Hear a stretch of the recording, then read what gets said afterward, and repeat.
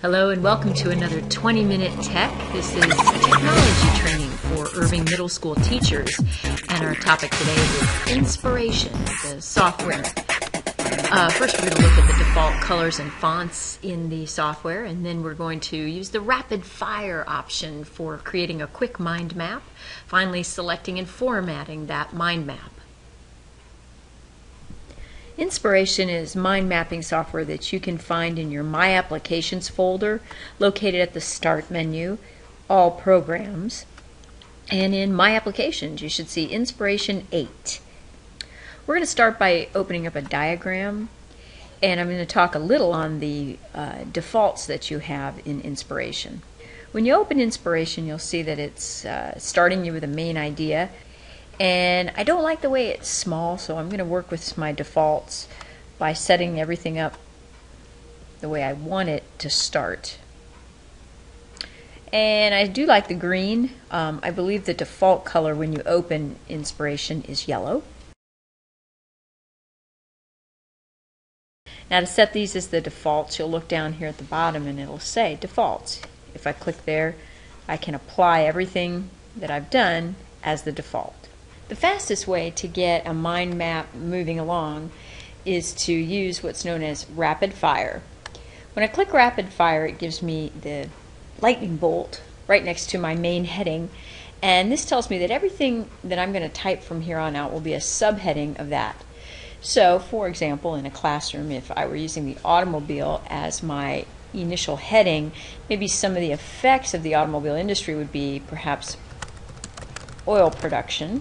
So I type it, I press enter, and it becomes a subheading. Maybe more roads is another one. Becomes a subheading. Perhaps tourism, subheading, and so forth and so on.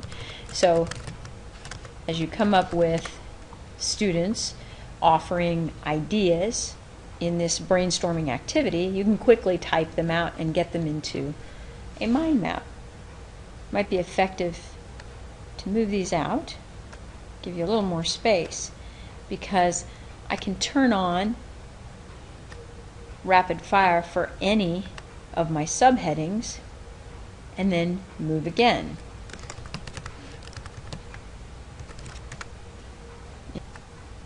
So let's move to a completed mind map. Notice that I made one of the areas a different color. All you need to do is click and drag to select what you'd like, and just as you did earlier, find the color and you may change it. One nice feature is the lookup under the word guide. If there's a word that a student doesn't know, they can simply mark it, click word guide, and they get a definition. If any of the connectors need adjusting, click on the connection and look for the white square. Once you click and drag it, all the white squares that are available to be connecting points will show up, and you can move your connectors around.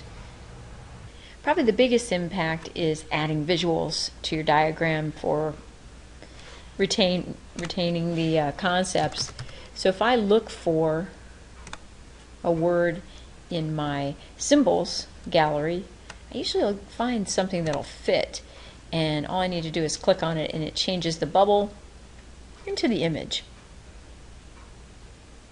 The last part I'd like to show you is the outline feature, which may be one of the most powerful features. Even though the mind map is a wonderful visual, the outline feature, which I simply click toggling back and forth between diagram and outline, is a standard outline with headings and subheadings, ready to print or ready to copy and paste into any document you wish. There are two ways to save your mind map. The first way is with a file save. This is an ISF file that can only be seen in Inspiration 8, and students can save it on their H drives. However, maybe the more powerful way to save it is a transfer. This button here offers the diagram and the outline,